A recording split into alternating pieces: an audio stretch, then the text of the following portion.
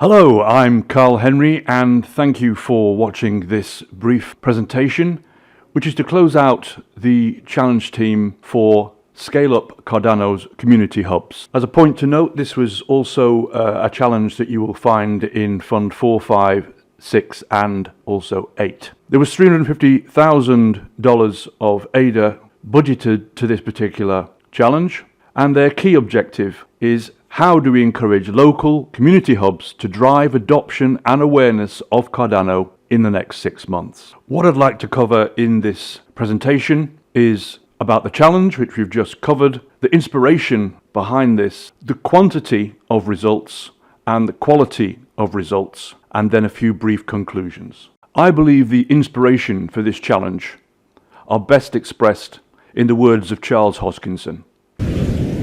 It makes a lot of sense to set up a collection of community hubs, have the community run those hubs, and give them the resources that they need to be able to get things done.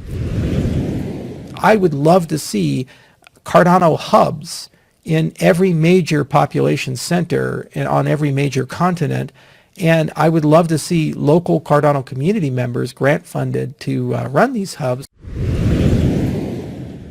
Okay, we're going to start with a few numbers just to put everything into perspective. Out of the budget of $350,000 in ADA, $208,772 was actually awarded to the funded projects. We had a total of 66 proposals within the challenge, and 21 were actually offered funding. We are quite pleased with the results in terms of completed projects to date, but would also like to point out that most of the work, if not all of the work, has actually been completed on all of the projects, the 21 projects that we have investigated, and we believe that all that is required to chase up the proposers should produce their closeout report and video. Therefore, we believe we will see a lot of completions, and we would like to see all of our projects completing their project. Here is a snapshot of the situation within the 21 projects. You can find these slides in the slide deck in the link below the video of the town hall. As I said previously, we have looked at all of the ongoing reporting, and we've looked into the projects themselves, and we fully expect that we will eventually get to 100% of the 21 projects completed and their reports and videos in. Now that we've covered the bare numbers, facts and figures, I'd just like to say a few words about the quality aspects of this challenge. Firstly, here are a few observations about the relationship between the challenge teams and the proposals. As you are aware, this report is for a very early funding round, Fund 7, and I know that the challenge team activities have been updated in the meantime, so some of these comments may have been addressed already. I found that in this particular challenge, everybody seemed to know exactly what they wanted to do, and they didn't really turn to the challenge team for any help or hand-holding, etc. They all seem pretty self-motivated and independent. We did find one problem, that we couldn't communicate easily early on, and we tried through IdeaScale, but we didn't find that IdeaScale was the ideal communications channel. So we did various research to find people's addresses to keep in contact with them. From our experience, we feel that challenge teams' ideal role would be to add some administrative backup to the IOHK team. We also believe that some qualification of the skills of the challenge team should be made in advance in order to make sure that the proper support is available to the proposers. One slight issue that we found was that putting together a number of strangers all living in different countries with different styles was a challenge in terms of trying to create a team spirit. A couple of words on the value of this challenge to the community. As a challenge team and also a proposer in this challenge, we believe that this element of building the community is vital in every fund for Project Catalyst, and to balance out the more technical aspects of the proposals that have been in Fund 9 and in the Fund 10 challenges.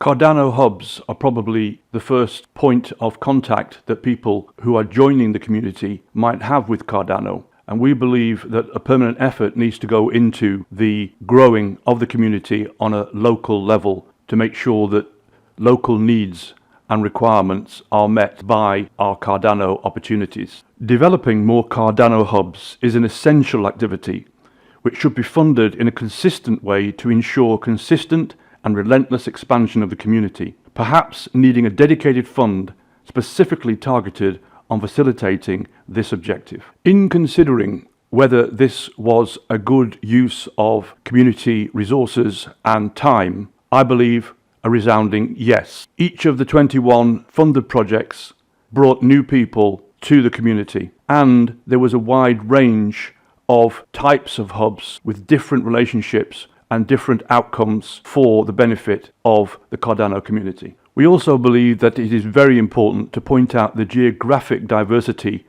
within this challenge.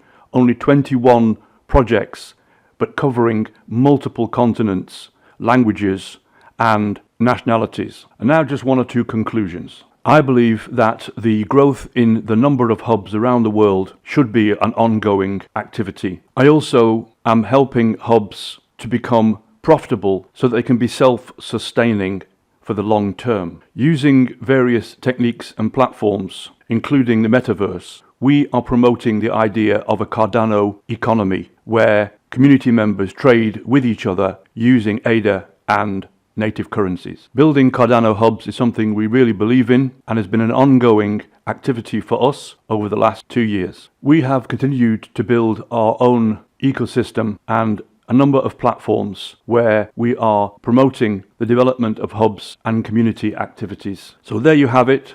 In brief, the challenge, our inspiration, the quantity of results, the quality of results, and a few of our conclusions. I very much would like to thank you for watching this presentation, and please don't hesitate to get in touch with me directly if you would like to discuss any type of collaboration or cooperation.